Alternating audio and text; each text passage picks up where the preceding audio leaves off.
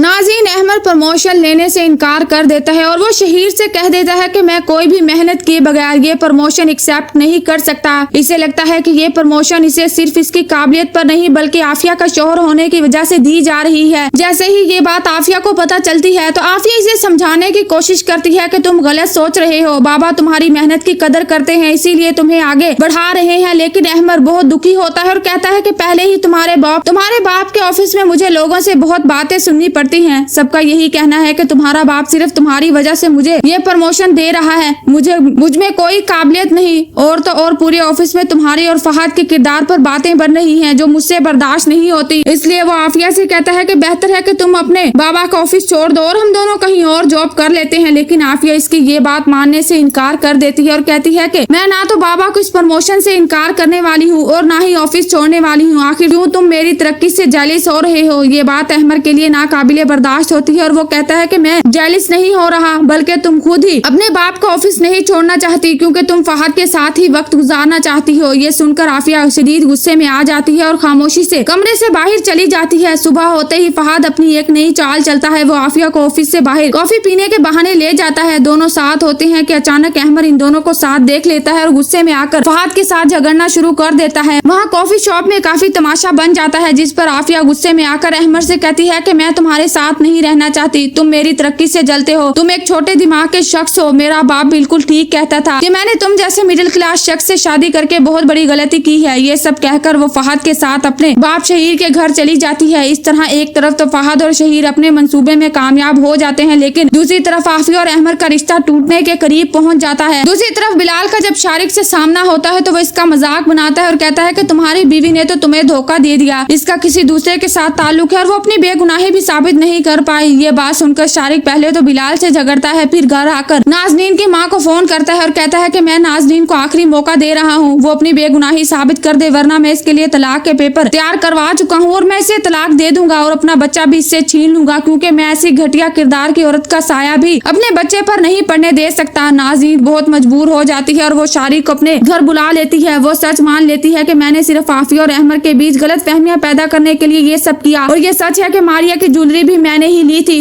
तुम मुझे माफ कर दो, मैं आइंदा ऐसी कोई भी हरकत नहीं करूंगी। लेकिन शारिक कहता है कि तुम्हें क्या लगता है मैं तुम्हें माफ कर दूंगा? मैं तुम्हें इसकी सजा दूंगा और मैं तुम्हें तलाक दे दूंगा। जैसे ही वो इस वक्त नाज़नीन को तलाक देने लगता है तो नाज़नीन और इसकी माँ दोनों इसके कदमों में बैठ जाती हैं और उसकी माँ कहती है कि मेरी बेटी को माफ कर दो, इससे गलती हो गई, इसके गुनाहों की मैं तुमसे माफी मांगती हूँ।